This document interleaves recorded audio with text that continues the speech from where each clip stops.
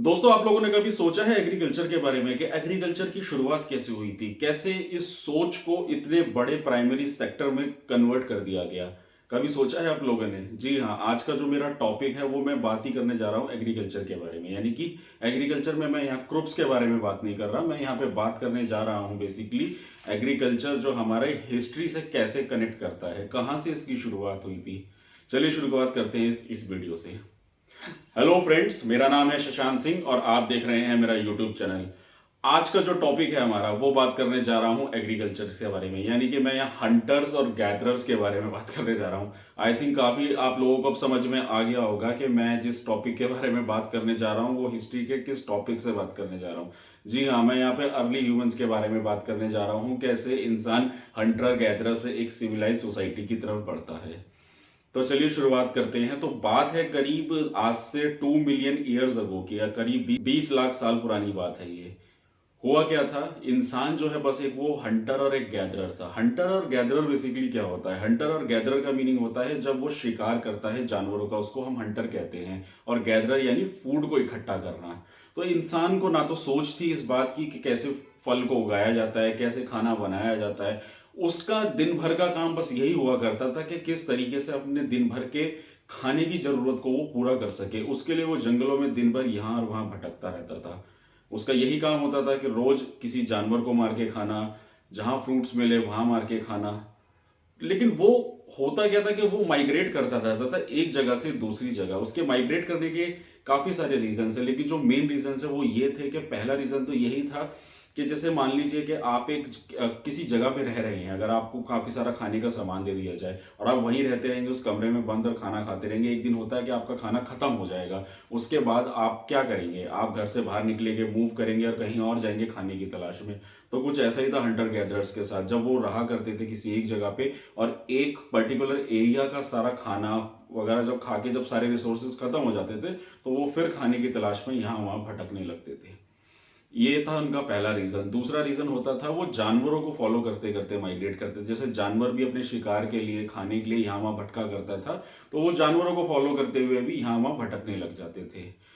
हमारा जो अगला पॉइंट है वो ये है, बेसिकली सीजनल फ्रूट्स होते थे वहां पे कि सीजन के अकॉर्डिंग। जैसे मान लीजिए गर्मियों में कोई फल है वो एक किसी पर्टिकुलर लोकेशन में हुआ करता था, सर्दियों में फिर वो फल किसी और लोकेशन में होगा, किसी और तरीके का फल। तो उस फल के उस सीजन के अकॉर्डिंग उनको माइग्रेट करना पड़ता था। और जो अगला रीजन है, अगला रीजन ये है कि जो इंसान होता था वो पानी की तलाश में यहाँ वहां भटकता था, क्योंकि पानी उसकी एक एसेंशियल रिक्वायरमेंट हुआ करती थी। उस पानी की तलाश में वो यहाँ वहां भटके करता था। नदियां हैं जो कुछ ऐसी पेरिनियल रिवर्स होती हैं जो पूरे साल नहीं बहती हैं, सीजन के अकॉर्डिंग बहती हैं, तो उसके चक्कर में उसको पानी के लिए यहाँ वहां भटकना पड़ता था। तो दोस्तों, ये तो थे इंसान के बारे में कि हंटर और गैदरर जो था वो किस तरीके से अपने खाने की तलाश में, पानी की तलाश में यहाँ वहां भटका करता था, क्या क्या रीजन रहे होंगे उसके। उसके बाद क्या हुआ ऐसा कि इंसान ने जो है एग्रीकल्चर की शुरुआत करी।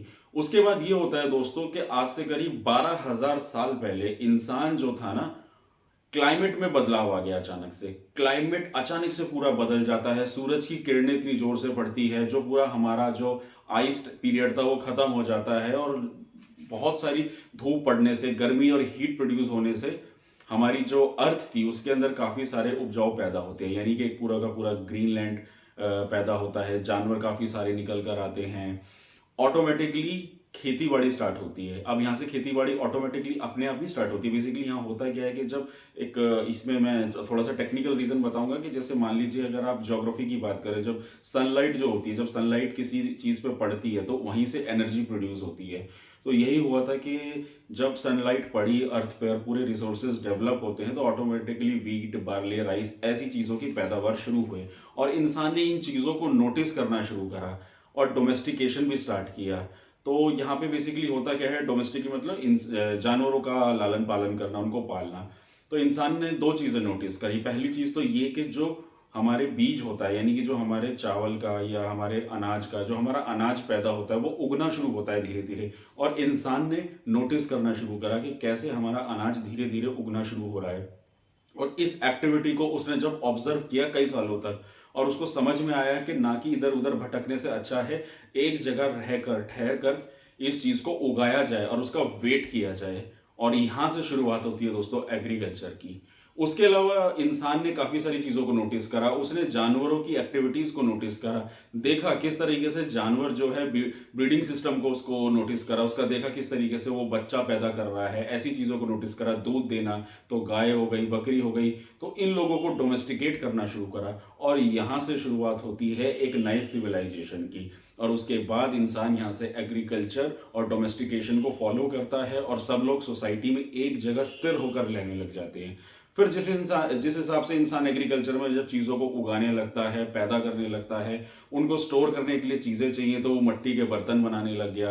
वैसे तो इंसान की लाइफ में एग्रीकल्चर जो है वो सेकंड इनोवेशन था। पहला इनोवेशन इंसान की लाइफ में फायर का था, तो वो फायर का इनोवेशन पहले ही कर चुका था। वो जो पत्थरों के साथ उसने चिंगारी निकाली और वहां से फायर का इनोवेशन हुआ था। और इसके बाद फिर एक नॉर्मल सिविलाइजेशन की शुरुआत होती है। तो दोस्तों, ये था आज का हमारा टॉपिक एग्रीकल्चर के बारे में। अगर आप इससे रिलेटेड और भी कोई मेरी वीडियो देखना चाहते हैं तो आप मेरे चैनल को लाइक कीजिए, सब्सक्राइब कीजिए, कमेंट सेक्शन में सजेशन जरूर देते रहिएगा। तो यही था आज का हमारा topic. Thank you very much.